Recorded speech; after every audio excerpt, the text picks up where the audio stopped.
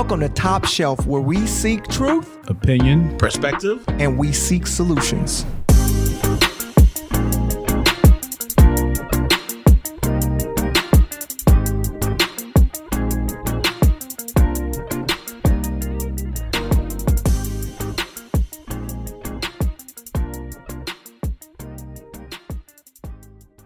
We are giving you more and more and more and more and more. Man, this is season. Facts. This season has been so fulfilling thus far, and it's been exciting. We've been having some amazing conversation. Yes. If you haven't listened to Are You Down with CRT, definitely go listen to that. Most definitely. And if you haven't listened to Are We in a Recession, definitely go listen to that.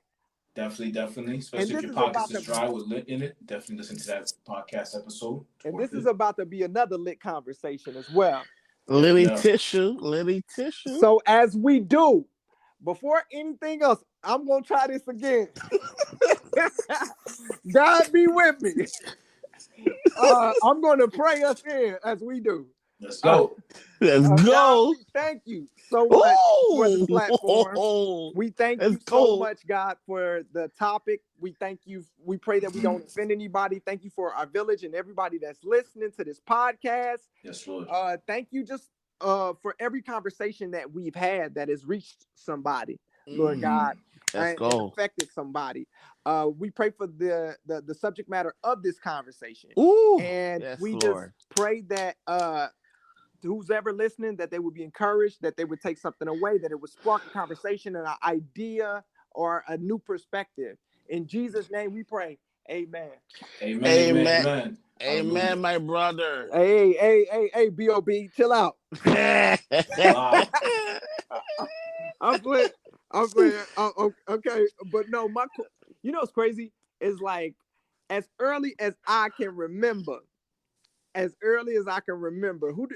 I was thinking to myself, like, when did I start thinking about politics, like in high school or in middle school or whatever?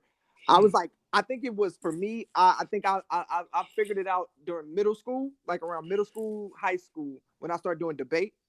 Okay. And it was just like I started learning how people flow back and forth, like in terms of a debate. And it's just like a structured argument. And then I start watching, of course, the lawyer shows and stuff like that, and seeing how they go back and forth in court to prove their case, right? And it made me go deeper into politics and it on like a lower level, on a general level, and on the bigger level, And then we get to high school, we learn all about the legislative branch, the judicial branch, the executive branch, and then you're in it, and you're like, okay, so this is what it's about. And when you become an adult and you can vote, you're like, okay, I actually have a choice. So let me ask you fellas, like, when did y'all first, for y'all, when did politics started, when did it start to become a thing for y'all? Like, when did y'all really realize that there are political heads in power and everything like that? So I think one thing, so what came to mind when you said that, bro, is I didn't really care about politics until I was young. It didn't affect me. I want to use the word affect in this conversation. It didn't affect me. So, but all I had knowledge of was that Black people voted for Democrat. So my worldview was Democrat. As time progressed, I started to get money, understand what taxes, understand what government laws is, and also my values change. My views on marriage and my views on abortion begin to start changing, and then also my views on not just black on black crime, but how both parties deal with the Black diaspora. So I then begin to now, because it affects me, right, at the age of 23, where I'm now saying, okay, I'm now going to pep rallies, or I'm now going to places where the individuals that are talking are speaking. I'm now saying in my language Mm-hmm. at 23, I'm now saying it's not just about the president, but it's Mm-hmm. also about the Lord, the people that are in your town, the people that are in your city. Mm-hmm. I now started to think about it. I'm now starting to put on my IG. Now I associated myself with a party, or I'm associating my identity is now becoming formed because of the effect that both parties show, or Mm-hmm. not even both parties, just my politically view on life. Mm-hmm. Yeah, yeah. So like you started learning about like people on the general scale, like the general elections, like Correct. people in your neighborhood, your congressmen, the people that are on the ballot, like learning about more of that. Not just the learning part, it is a framework of that thought, Yeah. but it's also the view of life. Right, right. Like a worldview. Exactly. So it's Uh-huh. like some people, some Mm-hmm. senates are very bold and say, um, they think that the Confederate flag should not be put taken down. Mm-hmm. They feel sometimes that there's certain electives very boldly talk about, or from my perspective, talk about people on the Capitol. Like there should be some decorum of belief or thoughts, but in the same perspective, I'm not gonna vote for that individual. Mm-hmm. So, and I think voting is also your American right. Right. But I'm gonna take the mic off. I'm gonna give it to my main man Jeff, because I was just talking and talking, man. And so Jeff, when came to you? It became a thing to me when the neighborhood dope boy was in my neighborhood was trying to sell me some weed and gave me like a voter registration card at the same time. He's like, "Don't forget to vote, nigga." Dang. I was like, man, this dude's selling weed and he over here trying to get people to vote, man. That's what's Hey, Shit. up. I ain't mad at that. Nah, I'm just joking, man. But nah, for me, I would say, I mean, I was always aware regarding with politics at a young age. So I was always like as far as who's the president, who's the mayor, and who's the governor. But I didn't really start getting like involved in a sense like, okay, let me start watching like the CNNs, MSNBCs, and even at times I used to watch Fox News, just to kind of just see what both sides of the media was saying. When I was like around like I would say 18, 19. Actually before that, because I remember like the first time I voted was in 2000, Mm-hmm. and but that's when George Bush was running against Al Gore, and I Yeah. think that was the first time I really like really really really focused on as far as like both candidates, what they had to offer, and all these other things. Even though I knew about Bill Clinton, I knew about Ronald Reagan, I knew about Mm-hmm. George Bush Senior, and and even who they ran against as well. Yeah. But I would say around that time, like that's when, because it was a big thing. You go into the millennium. You know what I'm saying? You had President Clinton, former President Clinton. He served 4 terms. I'm not 4 terms. Sorry, 2 terms. Mm-hmm. 2 terms, and now it's like the economy was going great during that time. I just remember like just all these points, and then now you're gonna have potentially we'll have a new president, and Right. depending which one you select how much it may potentially affect you. And I Mm-hmm. remember that was like a big, Allegedly. big thing. I remember that was like a big, big thing. Right. Now, I mean, I'm not gonna say allegedly because reason why I'm not gonna use allegedly with it because for some people it really does affect them depending on who you vote because Okay. presidents do have power. I mean, it still goes down to Congress in the sense you're in local councilmen. You know what I'm saying? But at the same time, like I do remember when I'll use Al Gore and Jeb Bush. And I remember when Al Gore ran, George Bush ran. Mm-hmm. Al Gore first was elected the winner, but then George Bush said that no, I want to recount in Florida. That old switcheroo. Yeah. And they did a recount. And at the time, the governor of Florida was Jeb Bush, which was George Bush's brother. Mm-hmm. And then they did a whole recount or whatever, found out that he won. and then that was it. And then I remember when that happened, there was like a change, like as far as like with the economy started to change a little bit, and then it's just, then you had 9/11 a year afterwards and so forth. So I say that to say is that it that was the time where like politics for me became like a big thing to me. It's like, okay, now I'm really focused on it. I was already transitioning into it as far as like really watching what's going on, see how much it affects like, my surroundings, my community, the country as a whole. And and seeing like the difference between you having one president versus another president. So that's what I said with the allegedly. For some, it may be. Some people, doesn't matter who's in office, it doesn't affect them one way or another. But for Mm-hmm. some, it does. And I've seen in that instant like how much it did affect um, me, and what I'm saying, people that I knew during that time. Yeah, yeah, no, understand. Like, Because gas I prices remember even that went was up too. Gas look, prices skyrocketed. Like this was a look. time when, and I know we talked about this in the previous episode, or I think it was Mm-hmm. actually in IG Live. I remember when I first started driving, gas was like under $1. It was like 89 cents a gallon. And I remember Mm. the moment Jeb Bush, and this was 97, right? Yeah, 97 when I got my license. And it was under $1 up until I would say maybe like mid 2000, maybe Yeah. if I'm correct. I could be Mm-hmm. wrong.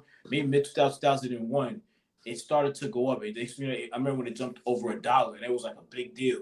It was like $1.20. It was like, yo, gas prices going up, and this, that, and the third. And then Mm-hmm. it continued to go up, and it eventually got up to $2, and it was around a two something mark, and that was super expensive. I mean, right now we would kill for $2 a gallon of gas, but back then it was expensive because we went from paying under $1 to Mm-hmm. now eventually, by 2001, 2002, Mm-hmm. it was over $2. So that right there alone, as an Mm-hmm. example, how it could affect you. You know what I'm saying? Yeah. Based on who's in office. And I remember Yeah. like a lot of the CEOs of these gas companies, they were like making buco amount of money Mm-hmm. during that time. Yeah. No. It's true. I just remember that time as I think at the time I was in high school, and I was just like, there was just a lot going on, and there was such an uproar when Al Gore didn't win, or Yeah. he won, but he didn't win. You know what I'm saying? It was such an uproar in my town too. Um, but the town I'm originally from is a red state, so it's kind of like, yeah, I can vote, I can put a drop in the bucket, but it's still gonna be a red state anyway, any way you slice it, right? Yeah. So that's when I learned about the electoral college and what happens, and how states like are declared red or blue, for each territory, like in the United States. And I was just like, nah, this is crazy, and how elections can just be overturned.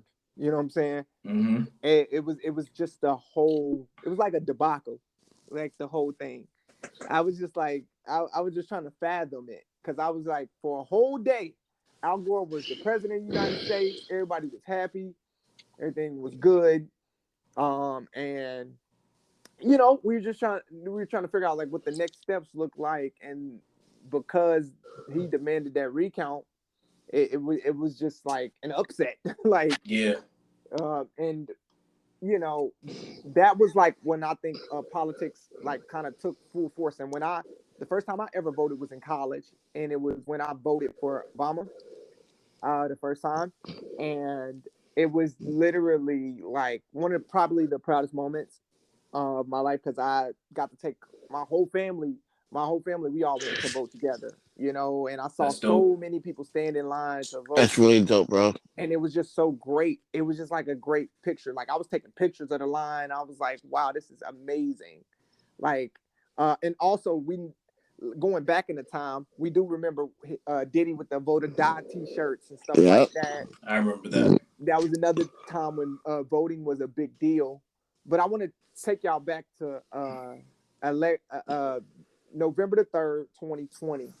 So November the 3rd, 2020 was when we were waiting to see who was going to be elected the next president of the United States. It was either going to be 45 or it was going to be Joe Biden. and we were trying to figure out. We were like, everybody was biting their nails. Everybody trying to figure out what was going to happen. They took so long to count these ballots, and we were like, God, please, like. So Joe Biden gets elected as the 46th president of the United States, and we know now because a lot of the numbers came out that there was a lot of minority voters for Joe Biden. You know, since he's been in office, he's accomplished a lot. Like 200 million people have been vaccinated since he's been in office. 6.4 million jobs have been added. He has undone Trump's travel ban on Muslim minority countries. They say that we are now in the lowest child poverty rate now. 5 million more Americans have health insurance now. He's cracking down on and addressed gun violence and crime, and he's trying to get a bill passed for assault weapons.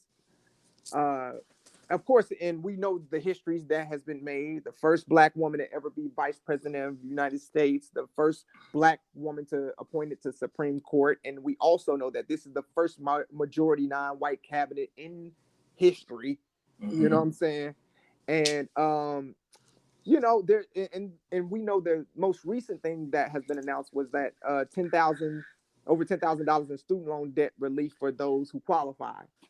You know, so we look at all of those things and these accomplishments that has happened in this year that we've been in, and all the people that voted for him. I voted for him personally, and we like, yeah, we did it.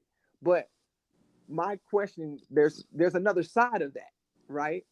And my question to y'all, do y'all think that Black folks regret voting for Biden?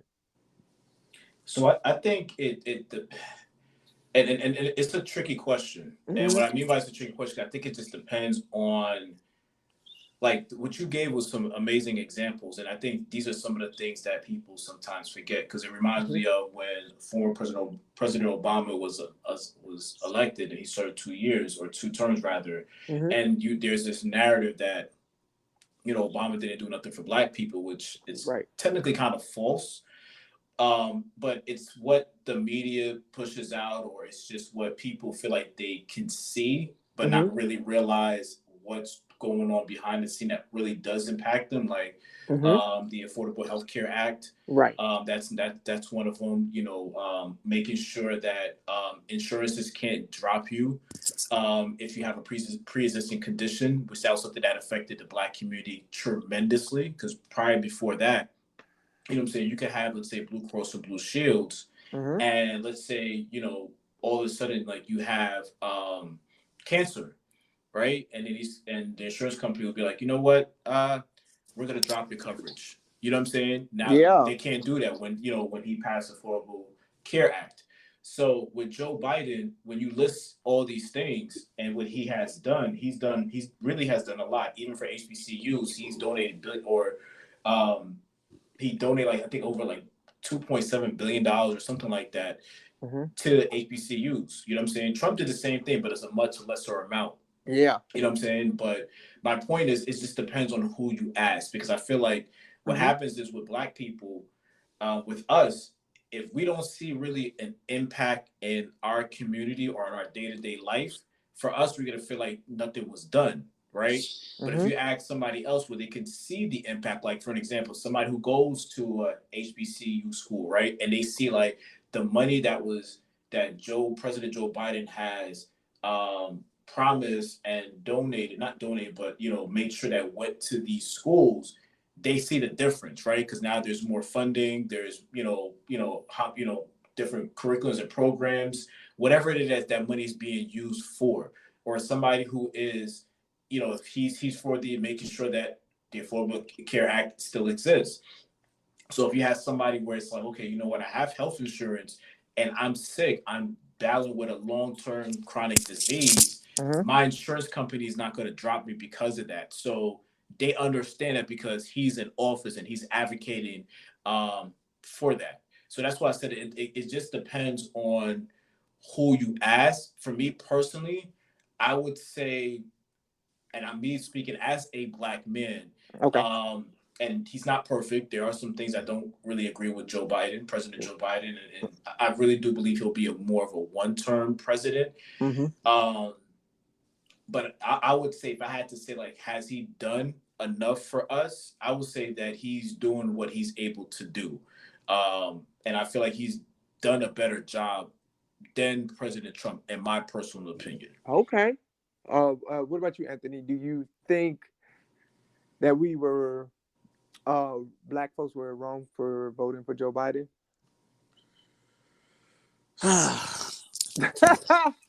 That's a really tough. I think because I think Jeff did an amazing job voting for him. I'm sorry.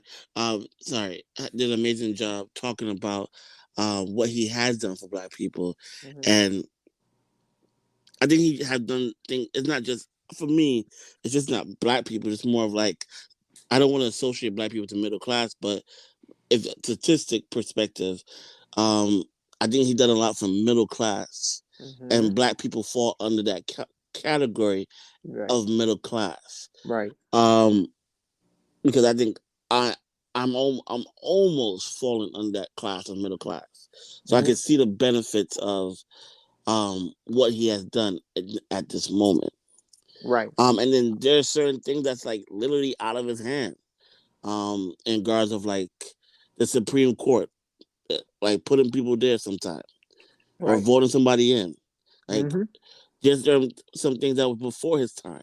Right. So in another perspective, it's like at the end of the day, there's certain things he could do for the black people, and Right. there's certain things he can't do because it's Right. out of his hands. There's Yeah. multiple stakeholders when it comes to running a country. Absolutely. And then I think the next part of my thought was, Mhm. it's not just a president, it's also a vice president. Mm. And I think I feel hoodwinked. And I think for the people in the back of the class, when you mean hoodwink, means like you give me some nice, Mhm. beautiful oxtail with like 5 oxtail. You hungry? Hungry! Anthony always got associated with food. Always got associated with food. And I got a good plate and I bite in it. And I realize it's a vegan. I realize it's vegan, bro. Mhm. So it's not even real oxtail, Mhm. but it's a camouflage Okay. of what oxtail will be. Right. And I Even correlate though it's this, a healthy option for you, even you if know. it's So you said vegan? nah, Here we go. even if it's that. But in the perspective of what I was trying to say, I haven't seen her for 3 years or 4 years. And she's in bits and pieces when they want to show her, Mhm. but she was in HBCUs. She was in the black community saying that she can do this and do that. Yeah. But I haven't seen her pull up. Yeah.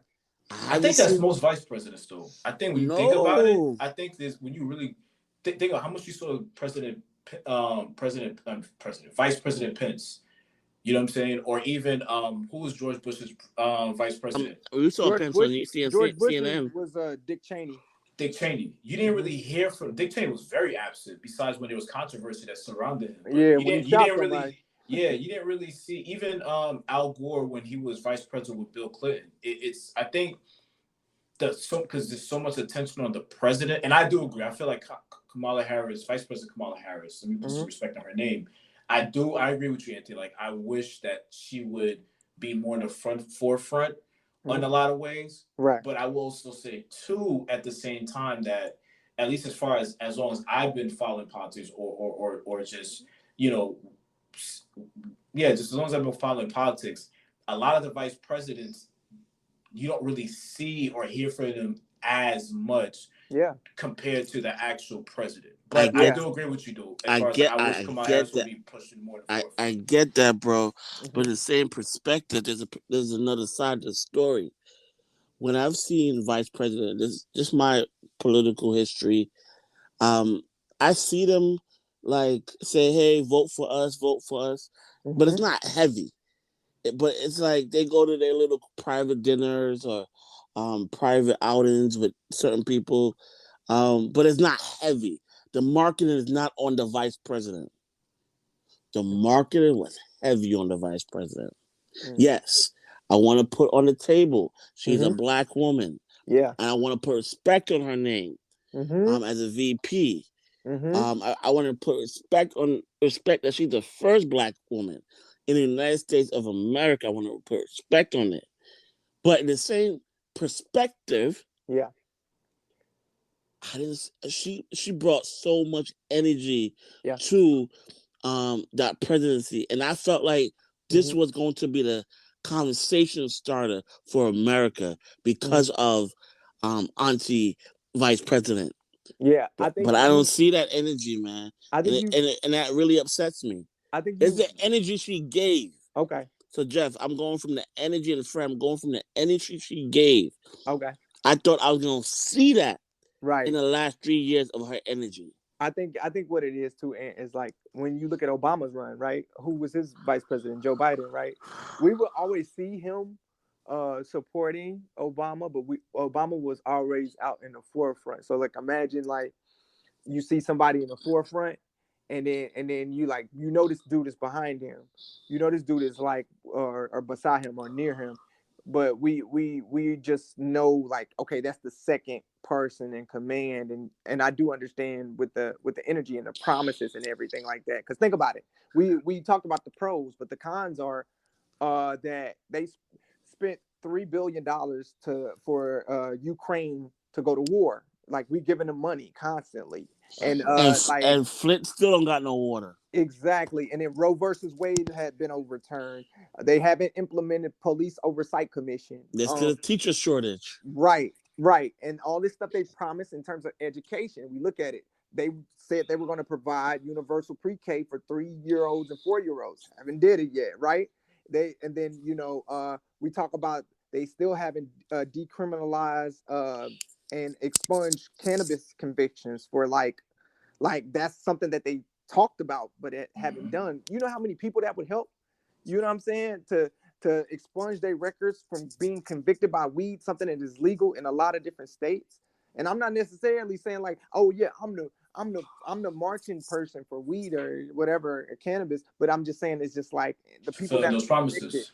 Yeah, you just have to think about it. And then he You said also, hoodwinking me.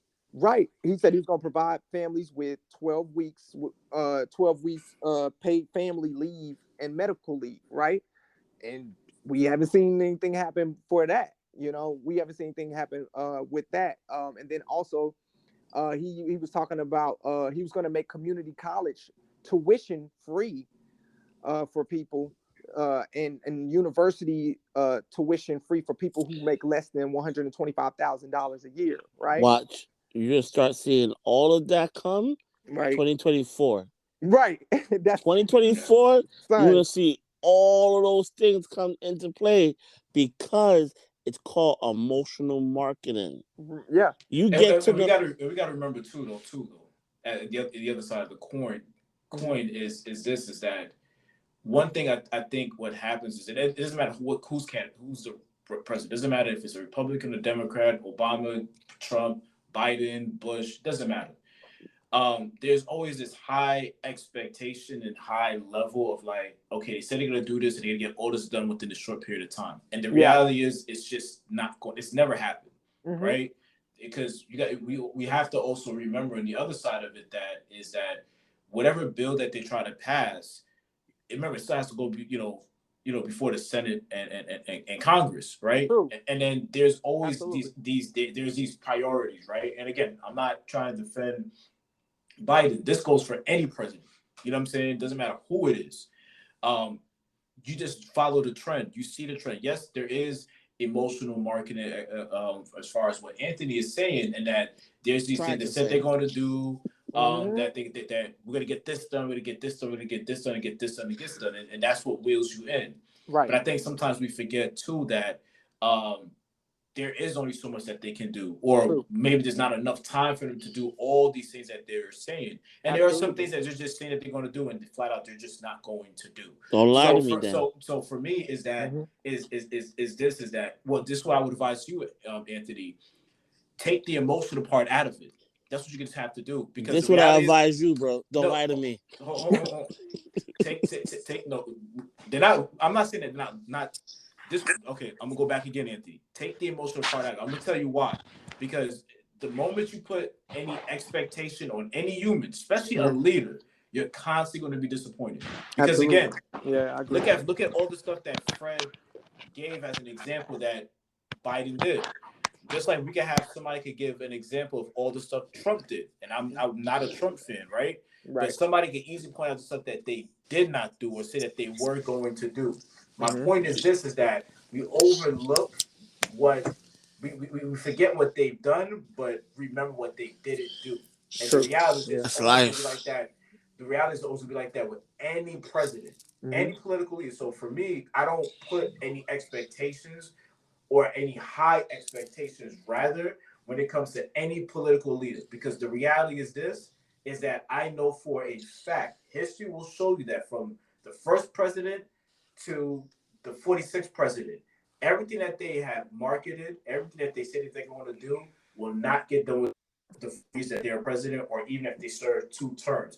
Is again, whether if it's because they didn't want to do it, whether if it's they lied, or they didn't have enough time. Because listen, they're running a whole country. Imagine running a corporation, right? A business, and you have like 50 employees, right? You got to manage 50 employees and put all these policies in place and all these different things. And sometimes certain things don't get done the time frame that you want it, right? It's like, yo, you know what? I know we're still going to do this, but we're going to have to wait. Now, just imagine, you know, how many people's in America? Like over 350 million people live in the United States of America, something like that. So imagine running that. And sometimes we forget that these presidents, they're not the president of Black America. They're the president of the United States. So they're going to do what's going to cater to everybody. Unfortunately, we get the bottom of the totem pole when it comes to anything. You know what I'm saying? And that's the part that sucks. And I feel like we have to stop looking at who's going to be our next political savior, who's going to save the Black community, because the reality is never going to happen. That's a fact. You know what I'm saying? We sing the same old song every time when it comes to election and all these different things. And yes, they give us crumbs, and we settle for it. To me, it's like, what are we going to do within our own community to save our own community? Because the Asians are not complaining. You know what I'm saying? The Jews are not complaining. Well, let me say they're not complaining. You know what I'm saying? They're not as much as we are, as far as I know of. But again, they haven't dealt with what we have dealt with too. And I understand that other side of the argument. You know what I'm saying? But I think it always comes down to this: is like, if you're waiting on the president of the United States to save you, good luck. Good luck. You know the hard part. You know the hard part about it, Jeff, is like being the president is like being the boss of a company, but then you still have to answer the people. There's still other people you have to answer to, because like the legislative branch has the most power, to be honest, because they pass laws, they put stuff into motion. You know what I'm saying? Executive branch, he has power, like the president has power to veto stuff, but to veto things, but at the same time it's like, and to push the button, you know what I'm saying, to call, you know, to say we're at war, and much bigger decisions, of course, but at the same time, those gut-wrenching things that are like heart issues for us, like education and our healthcare, like those things, immigration is definitely like on my heart list. You know what I'm saying? It's huge, and like Jeff was saying, it's like he's not going to be able to solve everything, and yes, he can make promises, like, and be like, we got to remember too, this is it, like what he's going into his 2nd year, you know, now, and he still has two more years into his term, right? And we're hoping that we can accomplish. We're hoping that these things can get accomplished. I like hope because his wife is in education, so we were hoping that the education stuff would get knocked out mad quick, right? That's a fact. And so, and it but we got to remember the other part too, though. he is the governor. I mean, he's the president of the United States, but Right. every state is run like its own. It's run And by its own government. So there you go. have certain. There you go. So and remember, so because of that, states have their own powers. So Yep. let's say, for example, whatever the governor in Florida is going to do, Right. it's not going to be the same thing what the governor in New York is going to do. Right. You know what I'm That's a saying? fact. So you have the other part of that. So it always comes Yep. down to how much power does the president really has. Yeah, You know what we I'm saw saying? that with the mask mandate, and also we saw that with the Correct. Roe versus Wade. I mean, We definitely saw that as Roe versus Wade, and it's effect.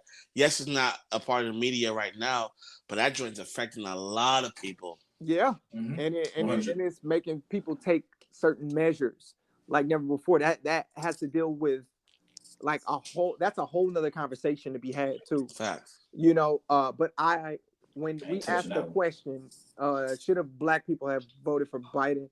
My question is like, my my answer to that is like, you vote for who you definitely believe in, Exactly. who you believe holds the values, the principles, the things. If they check off the box, Mhm. that you of the things that you believe in, like that you want, that you're fighting for, then that's the candidate that you go with. I hate that we have a system that's Democrat and Republican. I'm mad that we don't have an alternate thing. We do have alternate parties, but we don't care about those parties. It's just that the two popular parties is Democrat and Republican. With Democrats, it's so messed up. It's such a love-hate thing because Clinton, we love Clinton, but he came up with the Crime Bill in 1994 and And locked up Biden. so many black people and all of that stuff. Biden was a part of that. Let's not forget. Mhm. And Kamala Hillary. Harris, she locked up some people too. She locked up some of our black brothers and sisters. Hillary was But part you of know it. what? Some people argue like, listen, if they did the crime, they got to serve the time. Oh, Lord. That's the other argument that some There people goes Yeah. the on that law. too. Yep. Because But it wasn't like it was innocent people that was getting locked up. It was yeah, people who committed crimes. Now, Come on, bro. But come on. They was giving out 10 years, 15 years. Hold on. I didn't say it was right. yeah. There you go. Remember, Okay. you gotta take it. Remember, you gotta take We're not the putting emotional. emotion. We're not No, putting hold emotion. on. No, hold on. Yes, we are. You gotta take the We emotional can't. part of it. All right. Hold on. Listen to what I'm saying to you, bro. You gotta take the emotional part out of it, right? Because people, that's the first thing people want to How's say. that emotion not just moral? Bro, hold on. Listen to what I'm trying to tell you. Because what happens is people easily bring that part up, right? They bring that part up and to sway people to go to the other side, right? Mm-hmm. Oh, but look what Kamala Harris did. She ain't really for the black people. She locked a lot of brothers and sisters up. But we also have to remember, what if they got the max amount of years for it or not? Technically, if we're going to be real, we're going to be honest. Again, I'm not saying I agree with the law. I'm not saying I agree what she did. You sound like you agree, but continue. Hold on. But technically, did she do something wrong? She did her job. You know what I'm saying? I'm gonna give an example. Look at the Atlanta DA, right? Or the mayor, rather, the one who went after Young Thug, YSL, right? Mm-hmm. Yeah. The RICO charge. You have people who are mad and upset to the point where she was getting death threats, right? It's like, yo, how come she got the KKK, this, that, and the third, or whatever, right?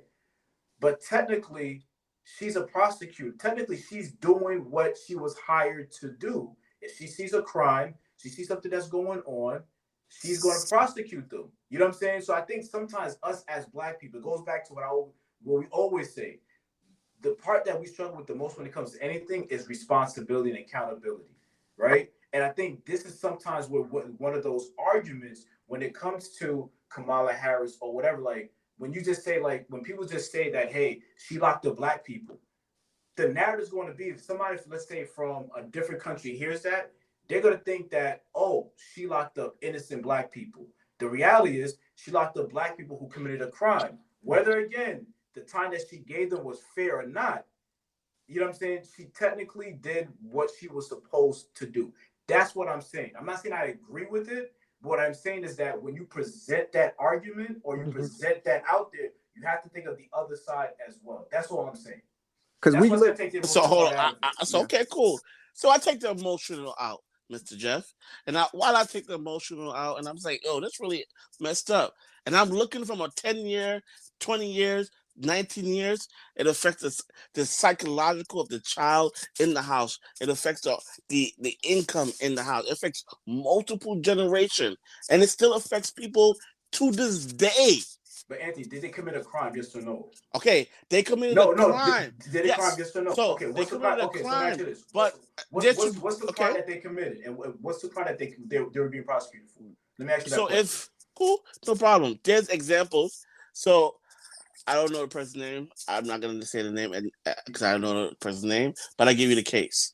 The person did multiple things, but it's just like 18, 19, 20. What was the the multiple person, things? You can let me talk? No, that's what I'm asking you. What was the multiple things? I'm about to tell you. So our listeners can know. Okay. So the person jumped over the train style. Okay. The person, what do you call it, got in trouble because once again he did not have a Metro card. So everything was about a money situation. The third one, because he had the first and the second one, he got in trouble because he threatened his manager. So But Anthony, because you're talking about the three strikes. He got 3 strikes right now. Okay.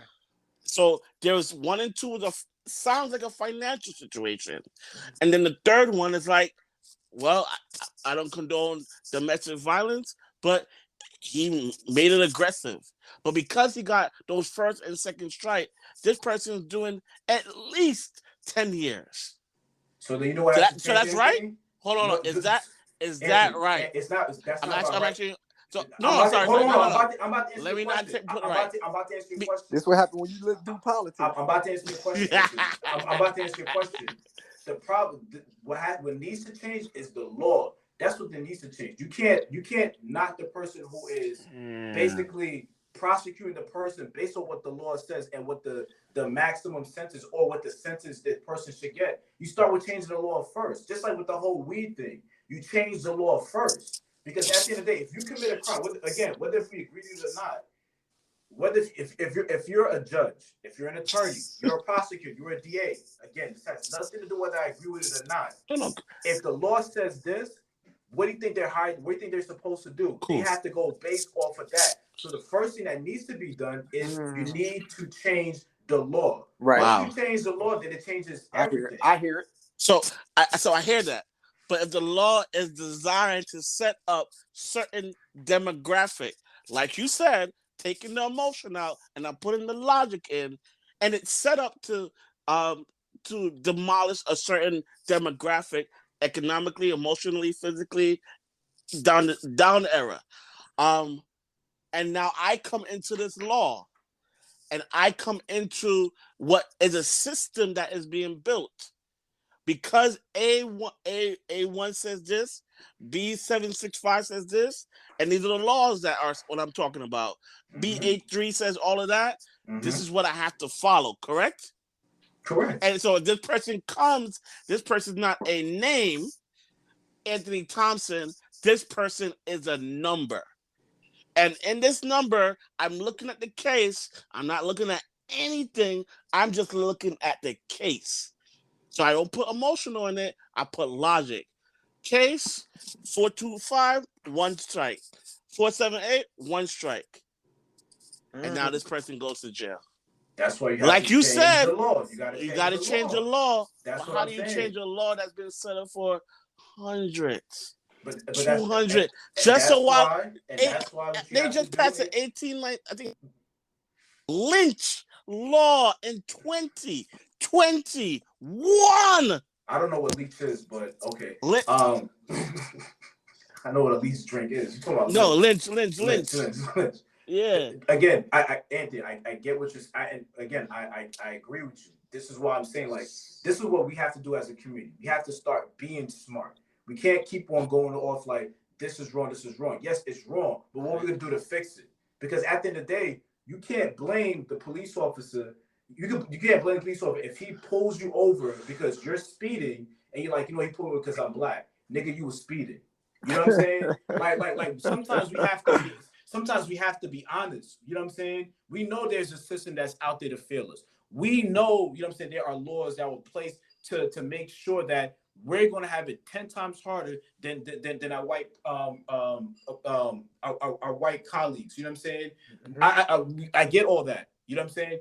What we have to do is like there are laws that are in place that where our community is being affected by it the most, which is a lot of laws, that we have to do what we can to try to fight to change those laws. Get people who are going to make sure they're going to change those laws. Start from our city councils and up. That's where it starts at. Because as long as those laws are still there, and you break those laws, guess what?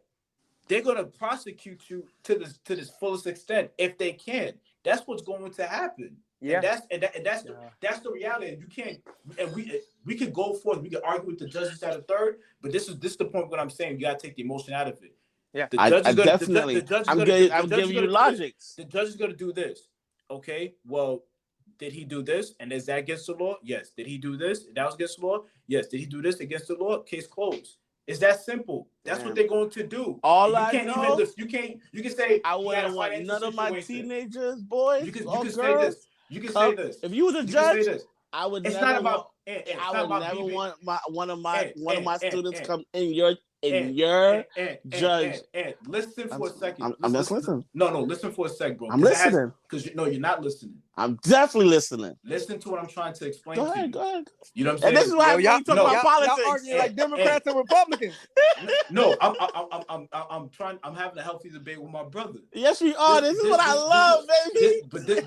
But this is what I want you. First started up. No. But this is what I want you to do. He acting like the Simpsons. He's stepping back. It has. Hold on. Let me get the floor. It has nothing to do as far as like allowing somebody or your kids whether to be in front of a judge. What you should do is make sure that your kids don't even get to the courtroom where they have to see me. That's number one.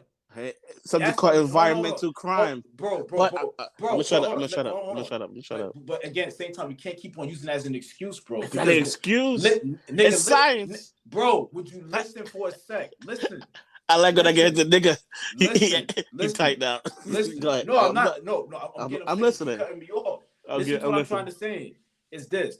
That's what we have to start at. Don't put ourselves in a situation where we have to face a judge, right? Now, are there circumstances where we get set up? You know what I'm saying? Yes, of course. There's no question about that.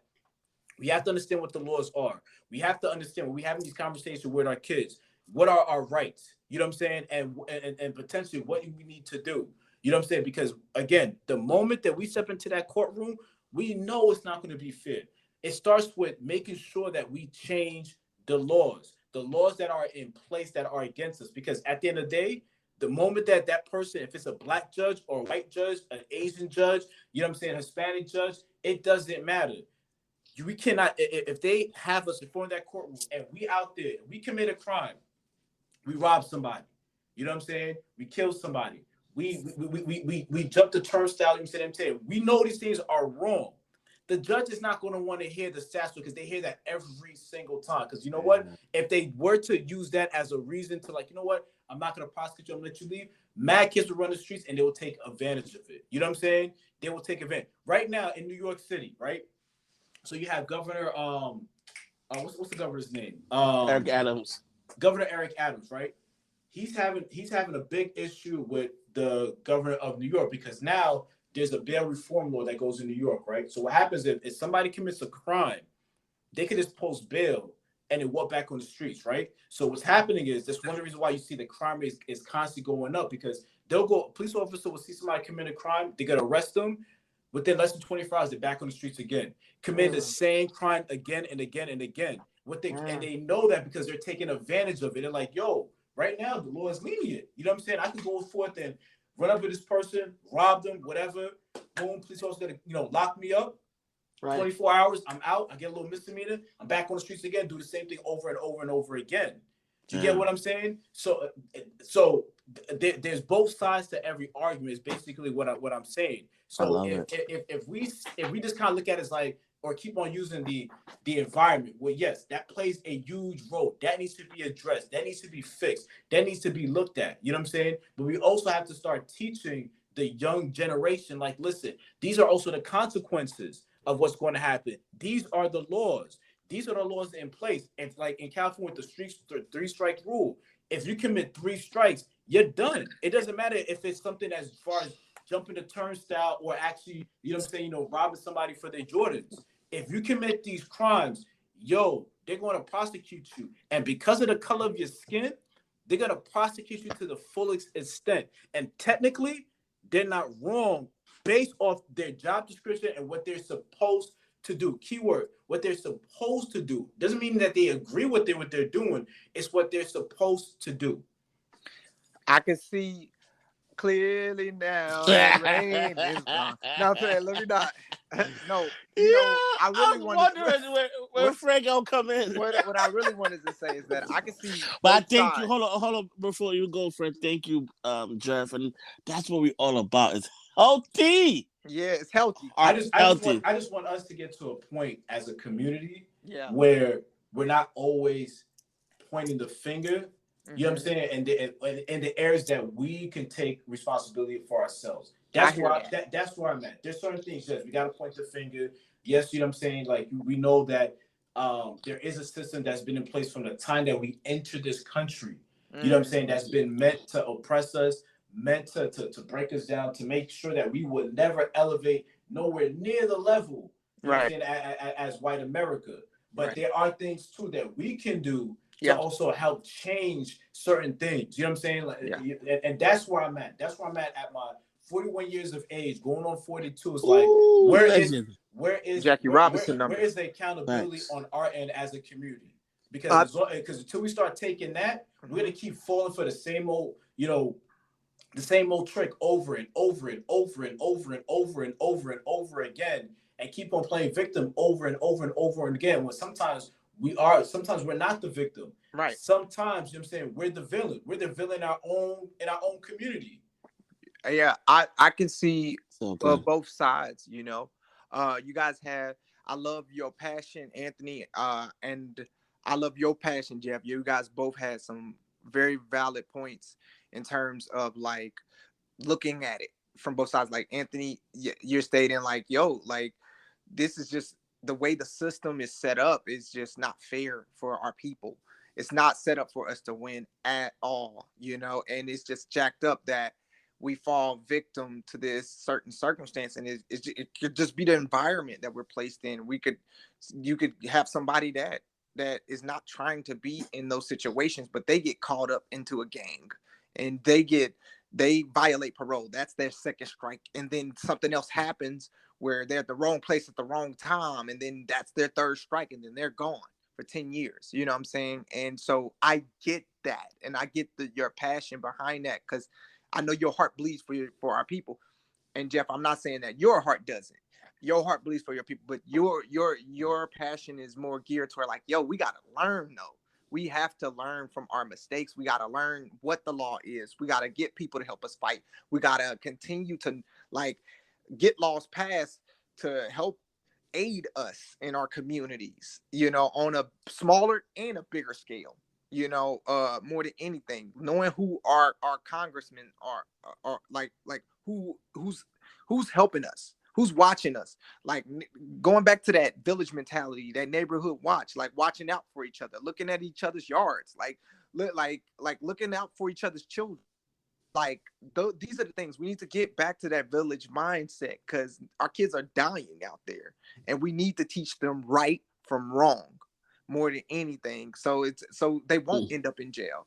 They won't be a part of that 13th Amendment, the whole thing, and the whole setup. But they won't be a part of the system.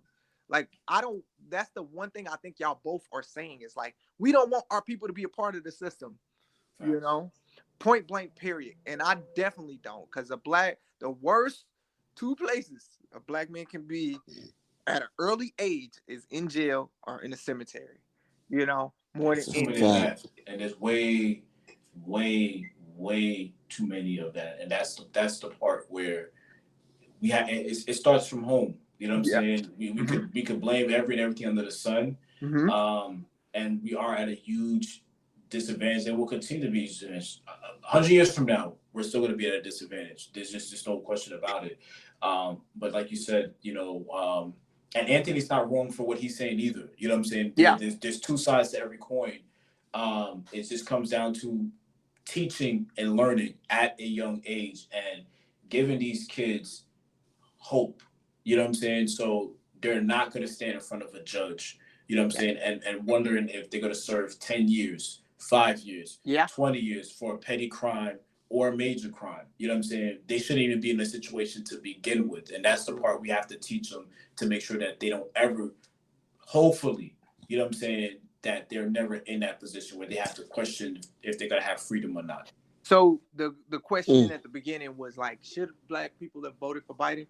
I think you vote who you believe in, you know, more than anything. You know, that's the answer to the question. And I feel that black people, we should start our own party, honest to God, because I'm tired of the same old, okay, this one or that one, or the lesser of two evils, or this person, because, you know, Trump was pardoning people, you know, from prison and all of that stuff. And people was like, oh yeah, okay, I like Trump. No, I'm like, wait.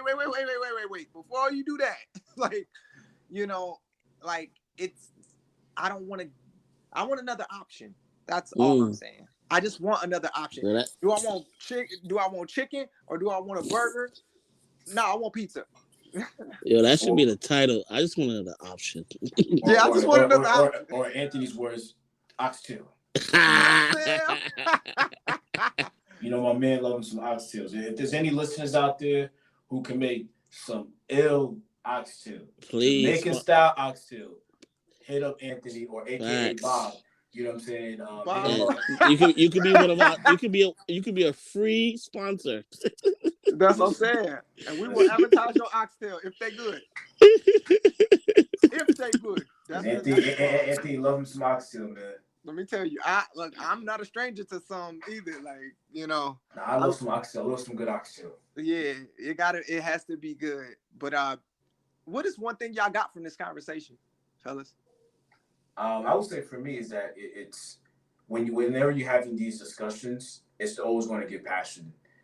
Because people really, we all want change, and we all want what's going to be best for not only our personal lives, but for our community, and in this case, our Black and brown community. And there's so many layers, and there's so many different ways you can kind of go about it, and it's just not one answer. You know what I'm saying? And I think that's what I'm getting out of it. It's not one right answer. And in some ways too, there's not even a wrong answer. It's all of these things that we talked about that needs to continue to be discussed. Right. There needs to continue to have these debates, even when it does get passionate, because what happens is like it makes you look at all the available options that is going to be needed for us to one day we can say, hey, you know what? I feel comfortable living in this country. I feel comfortable who's elected as president or who is governing my state. And I feel that I can live a full, beautiful life, you know what I'm saying, and not have to worry, or at least worry too much, that the laws that has been in place is going to affect me and the generation that's coming behind me. Okay. And Anthony, what do you feel like you got from this conversation? How not to get upset and have healthy arguments. And that is what I think our community should learn. I should be able to have a discussion, not an argument. Have a discussion, get passionate on my beliefs, my morals, my core values. And my brother should be able to get passionate about his views, his core values, his rules. And we can still come on top. That's why we call top shelf. I mean, wait a minute. Come on top. When you listen back, Anthony, you gonna hear what you said. Come on top, nah, so you disrespectful. You disrespectful, son. That's a violation. As I was trying to tell you, get to the top of Top Shelf Podcast. That's it. So That's it. The community. I just love and I also love like how I'm learning, and how where we can just be able to say, "Oh, at the end of the day, how can we be better?" And I think you said it also is that these behaviors are not normalized. I mean, it's not a normal behavior. So let's try to change it up. Mm-hmm. So I think just that it lies within us to change the narrative. Like yes, it lies within us to change the narrative, because like for people that say that voting doesn't matter, no, it does. On a smaller scale first, and then on a bigger scale. You know what I'm saying? Because if we know who our mayor is, our governor is of our states, because remember Jeff was talking about how our states are like their own thing. You know, um, things can change on our level if we pay attention, not just for the older people, but the younger people as well, to partner with them and say like, okay, hey, we want to see this change in our community. How do we get there? What do we do? I miss those town hall meetings that like I used to have in Kansas City. Like there was certain town hall meetings that would happen where people could come to the town hall meeting and address their grievances with things that are going on in their community. Ooh. And why people are dying, why is there so much crime, why is there so much burglary going on in our neighborhoods, what needs to change, not just gentrification coming in, Why but you point that out? but I missed that town hall meeting. Let's get back to those and get back to the village mentality and watching out for each other. If we can get back to that as Black people, I'm gonna say this for us, for Black people to get back to that would be amazing. And if you live in, and then if I you, love it. and I would say research that, because there are a lot of, and I would tell our listeners, I'm saying this too, that look at your neighbor. Like I know my neighborhood, um, they have those. Like there are town hall meetings. I haven't gone to one, but they exist, and they make a lot of decisions based off your community, whether if it's Exactly. the taxes in your neighborhood, Yeah. you know what I'm saying, where your property tax is going to, school, all these different things. You know what I'm saying? Like you can even something as where like they're making a decision where they want certain stop signs to be at, because I know That's there's it. certain parts of my neighborhood there's not a stop sign. I'm like, yo, how come there's not a stop sign here? But those are the things that get addressed at those town hall meetings. So it can be something minor, but it even could be something major if there are some major concerns, like you said, if there's break-ins, there's violence that's going on, whether you live in an all-Black community or gangs, or all of that. a mixed neighborhood, it doesn't really matter. So I would definitely say, that's why I said I love how you brought that up, Fred, is that we miss that. And that's something that I think that if your neighborhood, your town has that, get involved, because that's one of the big beginning stages, or one of the first steps on trying to make changes that is affecting your neighborhood. Absolutely. Well, fellas, this has been an amazing conversation. That's a fact. Yo, this is one. This is one of them one. This is Episode one of the 3 chambers. is gonna be one of them ones, and Most I definitely, can't most wait to definitely, man. engage people when they listen to this conversation. Facts. Yeah, man. Let's have this healthy debate, and let's do it, man. Yeah, so this is another one for the books, Top Shelf Village. Yo, y'all can hit us up on IG Live, or let them know the website real quick, Jeff. I was gonna point Anthony to do it, but I'll go ahead and do it. Oh. www.dtopshelfpodcast.com. Yo, it's the running joke for those who don't know. www.dtopshelfpodcast.com.